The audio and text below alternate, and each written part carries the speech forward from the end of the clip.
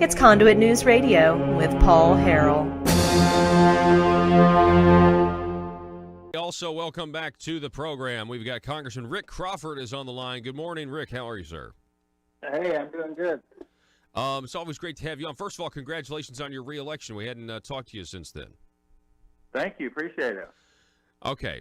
Unfortunately, I mean, well, you're going back, and I think, the first district's really excited about that. They're happy with that here in Arkansas. I think the state's happy with that.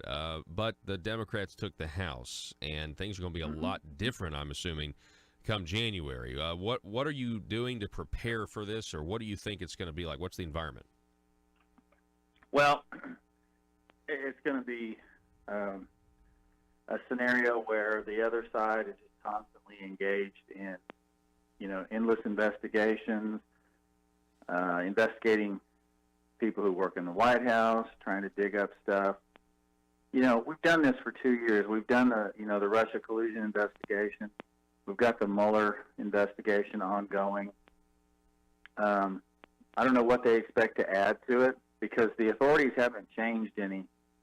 There's still a limit to what Congress can do statutorily with regard to investigation. We don't have any adjudicated authority. We can investigate and make referrals and things like that, but we don't have the resources or the scope of authority to do the kinds of things that the Department of Justice can do.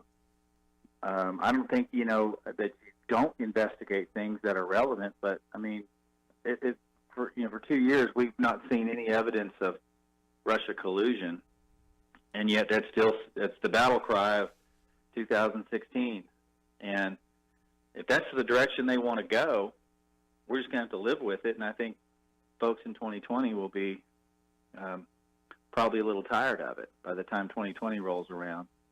So if that's the direction that they want to take the country, that's something we're just going to have to prepare for and live with. But I'd rather us, focus in on actually trying to do some things. When Congressman, your colleague Devin Nunes, the chairman of the House Intel Committee that you are on, when he came to Arkansas, I sat down with him and I did ask him. I said, "Do you think we're ever going to see, the FISA application of what led to all of this?" And he seemed to think, yes, that would eventually happen. Now, we were thinking it was going to happen a week after that interview. Of course, that's not the case. The president now saying, hey, look, I'll release this stuff if you guys, go forward with these unreasonable investigations. It's going to make a lot of you look bad. Listen, I know you're on the House Intel Committee. I know you know and are privy to a lot of information that you cannot share. But do you think the American people need to know the truth about what happened concerning, the potential spying on President Trump's campaign and how those FISA warrants were written and was the judge lied to? What are your thoughts on that? Yeah, I think the American people do need to know. I think there is a way that you can present the information in a manner that illuminates the flawed process, illuminates the methods they used to acquire FISA warrants on targets within the Trump orbit for political purposes. It's patently obvious what was going on there. And so if we want a Department of Justice that is apolitical, we can't fix these problems until folks know what the problems are. And I'm telling you that the evidence suggests that there was a tremendous amount of wrongdoing and politically motivated actions with regard to how they secured FISA warrants on targets, for example, like Carter Page. At some point, these transcripts are going to come out. We're trying to release the transcripts from these Russia hearings. Been careful about that because what we don't want to do is create a chilling effect on people who would otherwise be willing to come and testify. And if they feel like they're not being protected, then that could cause a problem in terms of investigating, and so bringing witnesses in to testify before the committee. And so we want to be careful and respectful. In many cases, people have asked to have their transcripts released. And when that's pretty telling in itself that, look, I want the American people to hear what I had to say. And there's a lot of witnesses like that. Carter Page is one of them. And if the American people are fully aware of what's taking place, I think they'll be as appalled as you are and as I am and as probably most of my constituents are at an institution that is there to protect us that has been manipulated for political purposes with the express purpose of trying to affect the outcome of the election. Now, if there was election collusion taking place, we already know that the evidence shows that there was collusion with the Russians, excuse me, via the Hillary campaign and the DNC. But nobody wants to talk about nobody wants to talk about that. Nobody wants to mention that fact, even though the evidence is very clear. You've heard some media outlets that have mentioned it. But the Fusion GPS Steele dossier was commissioned and paid for by the DNC and the Hillary campaign. And that was the basis. Talking with Congressman Rick Crawford, that was the basis for the FISA warrant, correct? Well, the basis for the FISA warrant is, yes, in a nutshell, yes. I got to be careful about how I phrase it. Okay, I understand. This will become clear once this FISA warrant request and some of the 302s related to that are made public. Okay. And until that time, I'm going to reserve comment, but I can tell you that there's a reason why people like Adam Schiff don't want that stuff to be public. Because not only would it show that Hillary was, in fact, actively engaged in collusion with the Russians, the thing that Trump has been accused of, she, in fact, was doing it herself, but that there's evidence to suggest that there were political actors within the DOJ. Now, while they might not have necessarily been colluding with the Russians, they were certainly colluding to affect the outcome of the election. Yeah. And the evidence is clear of that. Yeah. It seems what we're going to generally discover is that the government was weaponized against political opponents, and that is something that is it just can't be tolerated, and it has to be exposed. Well, you're right. It does have to be exposed, and that's what Devin Nunes and our committee was seeking to do once it became clear where the issues were. It was our goal to expose that in as responsible a manner as possible, so as to protect sources and methods, make sure we're not releasing classified information, and so on. All this testimony and all of this evidence has been reviewed, and there was actually a vote in committee to declassify a portion of that and submit that for congressional review and ultimately public review. And, of course, Adam Schiff and his colleagues all voted against it because obviously they don't want that stuff to come out. It's been scrubbed for classified information. So the context is good. It's not fully, it's redacted to some degree. It's not completely unredacted because obviously we have to respect sources and methods and national security and things like that. But, we have to do oversight of these agencies.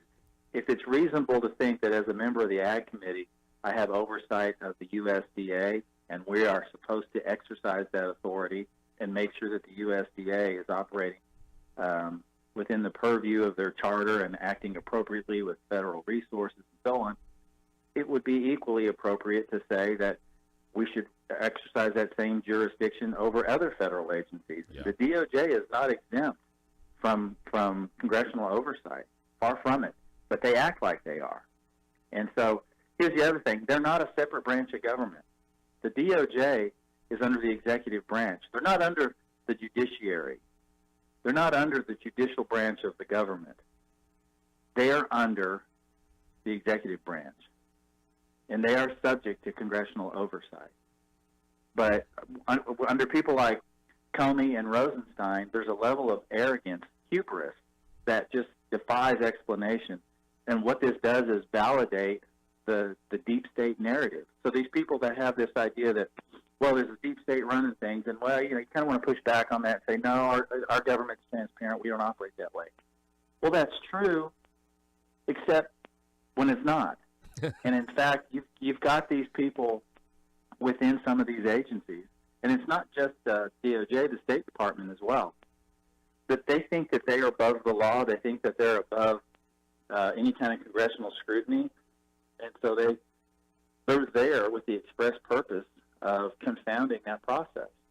And it's our responsibility to illuminate this on behalf of the American people. That's why we're sent there, is to make sure that our government is not operating in some sort of shadowy format that prevents every American citizen from being given their due protection of the law, under the law, equal protection, all those kinds of things that we're concerned about. Look, if you're going to do it this way to this guy, what's to say that you're not going to do it that way against somebody else? I mean, I don't care what anybody thinks of Carter Page.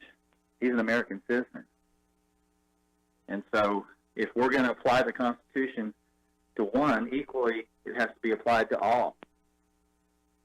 And there are no degrees of equality. You're either equal or you're not. Yeah, I agree. We're talking with Congressman Rick Crawford. Congressman, this story came across this morning. I guess it's from yesterday. The Daily Caller has this exclusive where they learned that the FBI raided the home of a whistleblower on the Clinton Foundation, and they were searching for documents that this man, Dennis Nathan Cain, had already turned over to Congress and to Michael Horowitz and the Inspector General. Now, I know it's fresh news. I don't know if you're familiar with this, but, I mean, do you have a reaction to that? A lot of people are wondering why the FBI raided for documents that have already been turned over to the Inspector General and the... That's a very good question. Why would you raid the residence of a whistleblower who has been forthcoming with information?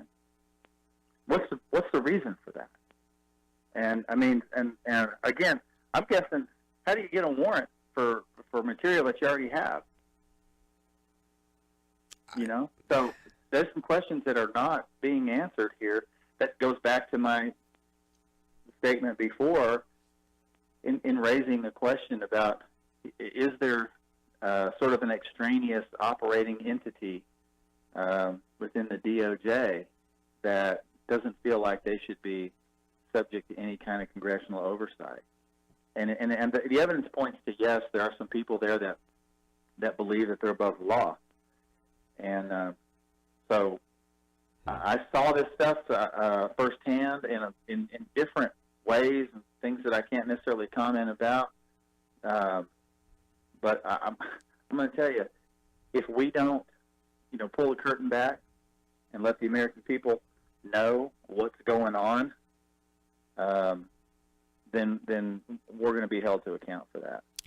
I mean, I couldn't agree more. Just to read from the report, just to let the audience know, these documents had to do with allegations of criminal misconduct pertaining to Rosatom, which is the Russian government entity that was attached to the Uranium One scandal, as well as the Clinton Foundation. I mean, it's apparently, this guy was a contractor for the FBI, and he witnessed some stuff. Mainly, I think what it was, Congressman, is that there was clear evidence to prosecute, and the government, the FBI, did not prosecute. And those are the documents that you guys have, right? Well, this kind of goes down another direction of Russia collusion in a different context, in that the whole Uranium One issue is suspect.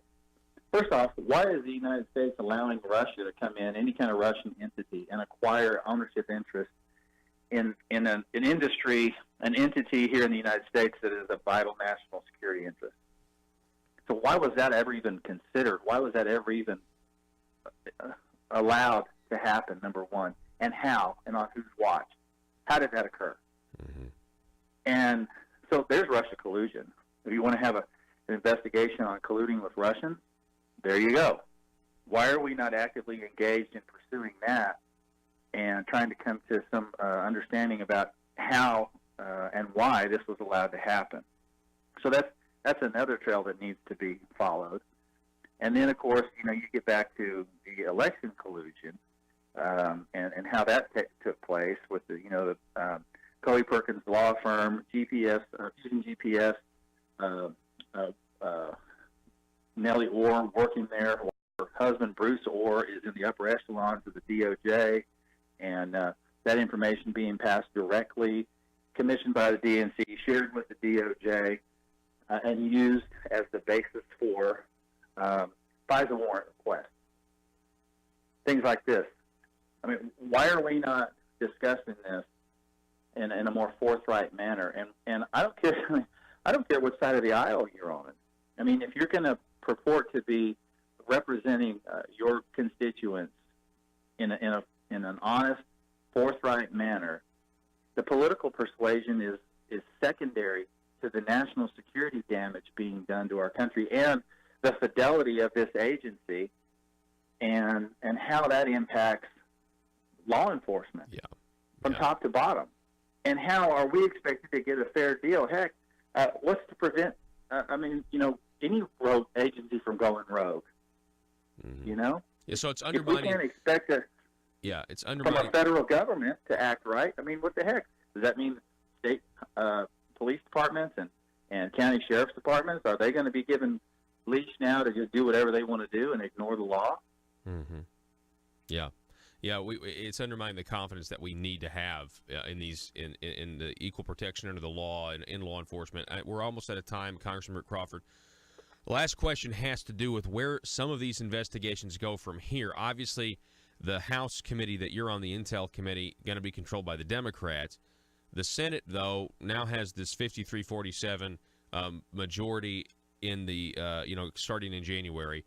Some people are saying that some of these investigations might move to a Senate committee.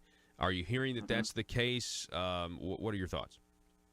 Well, if they're going to be run to ground, they're going to have to be, because it appears that Adam Schiff, in the statements that he's made publicly, that everything he's doing is politically motivated. And I don't want to sound like a jaded, Washingtonian, but he's doing this for political effect, for his own personal political future, because he wants to either be governor or senator in California. So the more time he can spend in front of the camera, the more earned media he gets, the better that plays to his electorate, because he becomes somewhat of a celebrity in his own mind.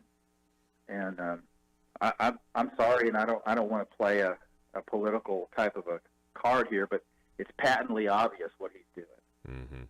And so, look, I mean, are you concerned about the Constitution? Are you concerned about your responsibility to your constituents to absolutely get to the truth, fact-based information?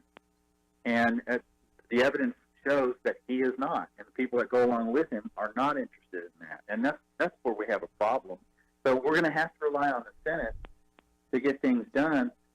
And this election, to me, delivered a clear mandate for the Senate to act on behalf of the American people in a way that is consistent with what they voted for. And so it remains to be seen whether or not the Senate will take that up aggressively and forthrightly, but I hope they do. Congressman Rick Crawford, God bless you. Thank you so much for coming on. Thank you for the work that you're doing. I hope you have a great weekend, sir. Yes, sir. Thank you. All righty. Folks, we're going to take a break. Johnny Cash Friday, back in just a moment.